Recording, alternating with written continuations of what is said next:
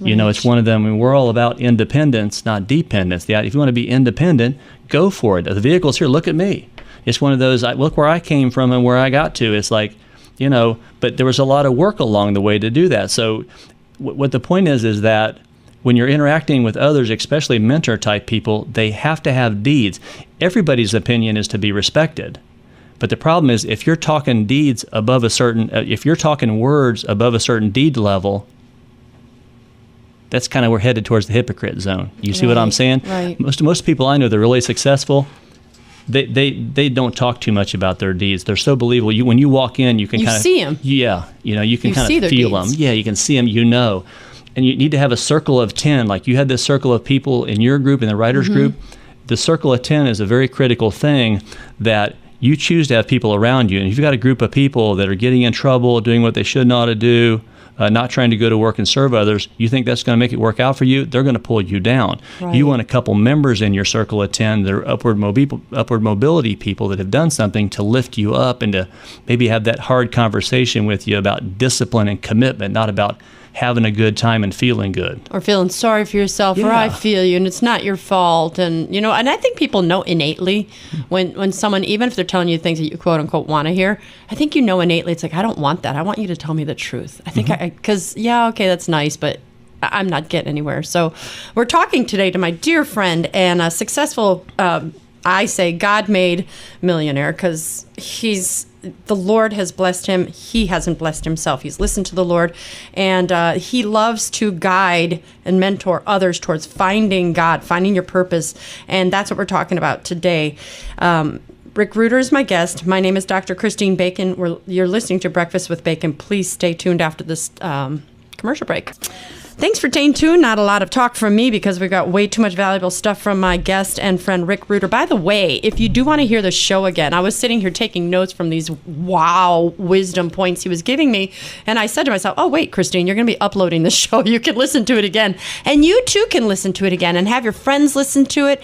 My regular listeners, go to my website, breakfastwithbacon.com. Today's show will be uploaded by later tonight, tomorrow at the latest, and you can re-listen to it and take the helpful nuggets that you want from that show. You can listen to any of our past shows, again, by going to Breakfast with Bacon. And I'm just so humbled to also mention that my book, The Super Couple, A Formula for Extremely Happy Marriages, can be found on that website, and it's doing quite well on Amazon and book sales, and God has blessed me there. It's my goal is to save as many marriages as I can, or I should say God, through me before I die. And that book I've been getting the feedback is just amazing. So I'm humbled by what is happening in there. But I interviewed super couples, and I did find that there was, in fact, a formula for extreme happiness. And I wrote that formula down and incorporated it in my own marriage, which was troubled.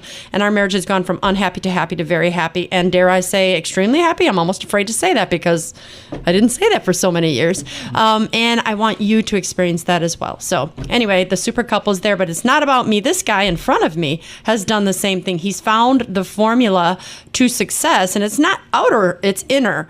And before the commercial break, Rick Reuter, we were talking about words to deeds, but that really has to go a lot on trust. And so the trust, you have like a trust scale, and I just kind of crossed the lines here, but the first part of the show, we talked about the Enneagram, which is a personality type thing, a spiritual thing. You're a 6.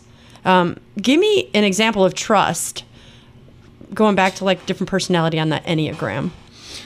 Well, for example, the Apostle Paul, he's one of my favorites because he just keeps talking about this problem that he has, and this thorn, is that the one you mean? Oh my the God! Thorn in my side? He has the thorn, and what's funny is he actually never discloses what it is, because it must be that bad. He has these things that are going on in his body or his head that always are just troubling to him, and then he talks about, I do the things I shouldn't do, and I can't do the things that I want to. Yes, that's the Enneagram. The Enneagram is a similar type of thing, and you can hear it. You can hear it through the Apostle Paul, and I really like Paul because he wants to keep the thorn. He hates the thorn, but the fact that he has the thorn keeps his humility high and his pride low.